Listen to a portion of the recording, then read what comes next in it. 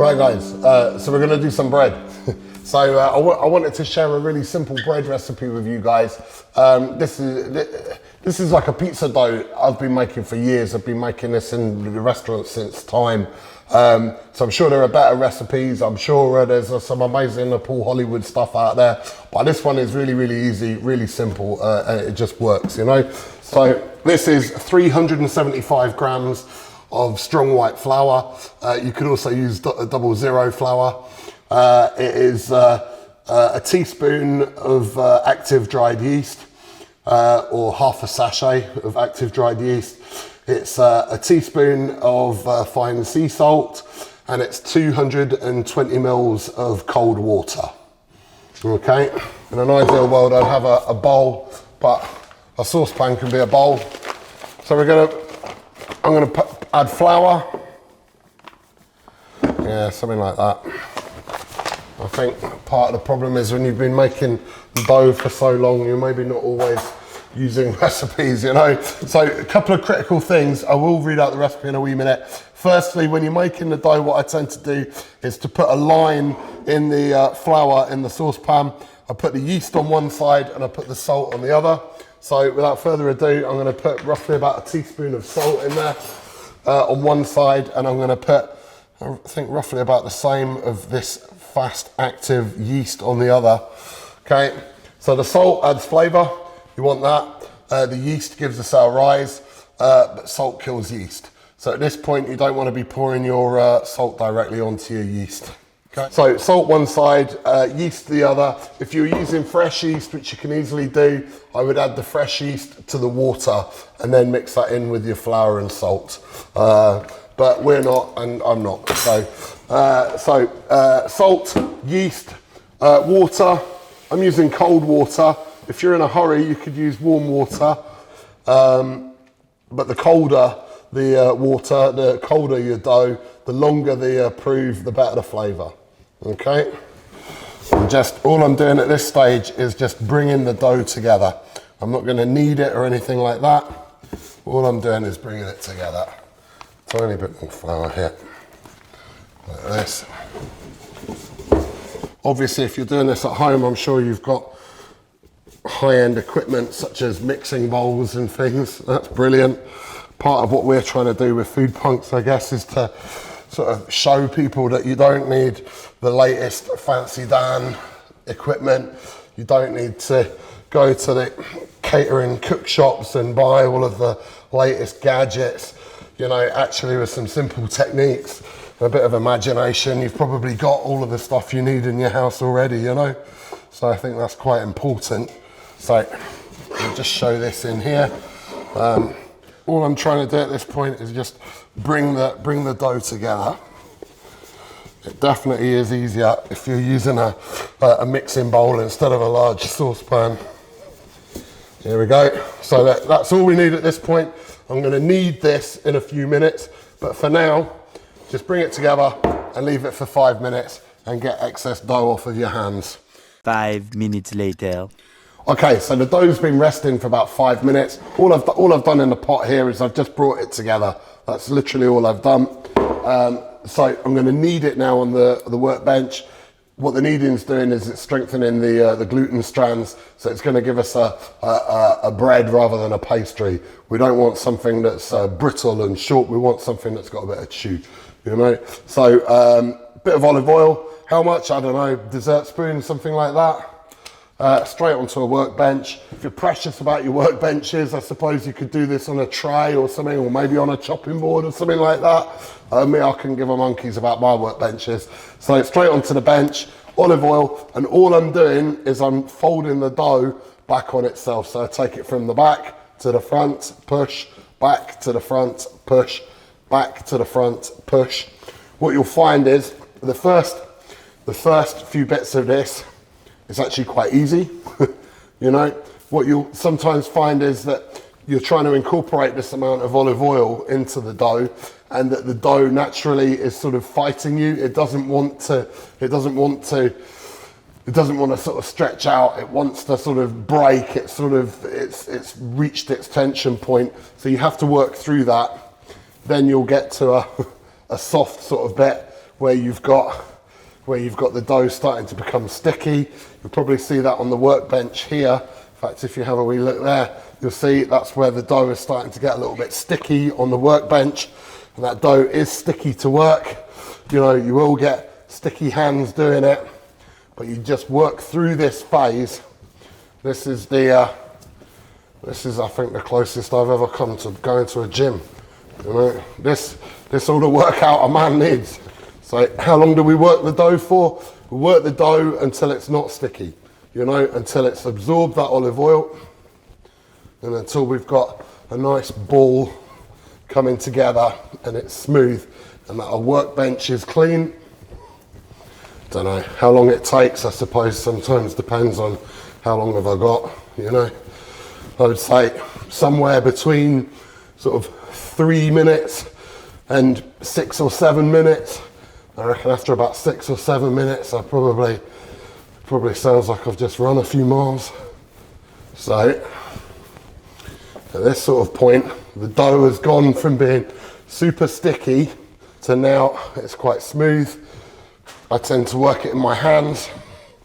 Don't have to do this, but I think this is something that I've learned from pizza making over the years. But look, basically what I've got is a ball of dough. So all I'm going to do is I'm going to put my ball of dough in my mixing bowl or saucepan to rest. So this is really important now. This is the point where it needs to rest for a couple of hours to prove, couple of hours-ish. Really depends on how warm your kitchen is. If it's a really cold day, you know, and your kitchen's not warm, might take longer, might take 3-4 hours. But, you know, usual sort of conditions, I'd say a couple of hours. What you're looking for is for this ball of dough to have doubled in size. So, in accordance to all good cookery shows, we'll work with the one that we've made earlier. So, here is one I made earlier. This time in a nice fancier mixing bowl, not in a saucepan. So all I'm going to do, we're going to use, because we're making a focaccia, I'm going to use an aluminium tray.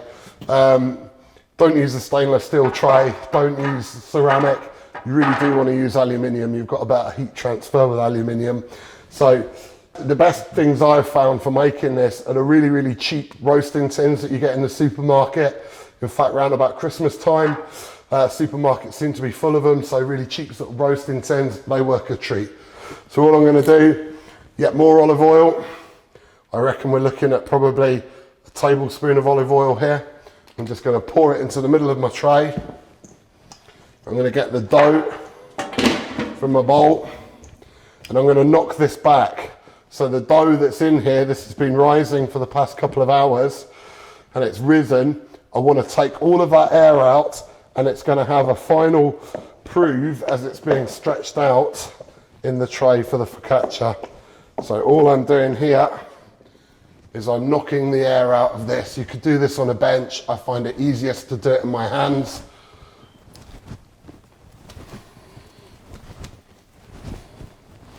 And I put the ball of dough just into the olive oil. I turn it over in the olive oil. And what that does, the olive oil stops the surface of the dough from forming a crust. So if the surface of your dough forms a crust and dries out, it means it's going to be difficult for it to expand. So like this, it means that this can grow again. So what we'll be doing periodically over the next few minutes is periodically just pressing this down. And you'll see it comes a point where you press this down and it shrinks back on itself and contracts.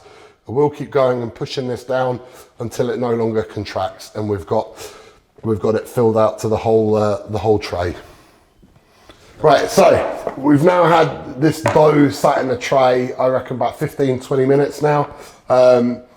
Because I re-rolled it, I knocked all of the air out of it, I re-rolled it, it's sort of gone tight again. Now that it's been left to relax, this is now quite pliable and workable. So I'm not gonna push the dough out to the edges of the tray. I suppose this is just a chef instinct thing. What I'm looking to do is I want like a splodge of bread, basically, is what I want, you know? So it's hard to give some perspective. You know, this is a catering tray. This is a larger sort of tray. This is probably larger than the trays you're using at home. You know, if you were using a tray at home, you'd probably fill the whole tray. If you can see what I'm doing, I'm just sort of pressing holes in it with my fingers. I'm just sort of pushing like loads of holes there. And what I'm gonna do is I'm gonna use a few strands of rosemary in each of these sort of holes that I've got, that my thumbprints. And I'm only gonna do this on half, because on the other half, I'm gonna do with some dried rosemary, because I know that not everybody has access to fresh herbs, not everybody's growing herbs, not everybody's got them in the fridge or whatever, you know, so this is maybe the sort of thing you might have in the cupboard. If you haven't got rosemary, totally fine. Thyme works really well. Sage works really well. Sage and red onion, that's a really, really lovely sort of topping. But here we go. So we've got something like this. There we are, Mr. Cameraman, feast your eyes on that. Okay, and obviously all chefs are salt fiends. Everything in moderation, I say, apart from beer. So sprinkle of sea salt on here, and I'm not really crushing this with my fingers, I think, and I don't want too much on here either, but I'm not crushing it. I think what you want is that almost that sort of little bit of lip sting from salt as you're eating it, so that's quite nice. And I'm just going to chuck that into a hot oven. So my oven's preheated, I've got it at, I think it's like 220 degrees. Yeah, 220 I've got it on. It's a fan oven. So if you've not got a fan oven, you'll want to do that at an even higher temperature, 240, something like that.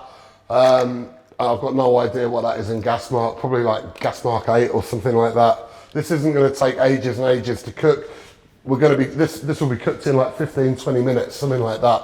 It doesn't take very long. Right folks, we're in for a treat. So I reckon that's been about 15 minutes, maybe 20 minutes maximum. Your basic guide is when it goes brown. So now it's gone a lovely golden brown. Look at this. Look at this. There's like a child. I feel very proud of this. Okay, so that's what we're looking for. You're looking for that sort of, that nice sort of golden brown colour on it. It'll be hard when you sort of touch it. It'll be hard, like really sort of crispy, but that will soften. So that the residual heat that's in there, it's still cooking. So the heat and the steam that's within there, that will soften this, and it will be a sort of nice, soft, giving bit of bread. But there you have it, rosemary focaccia. So thanks for watching, everyone. Please like, comment and subscribe.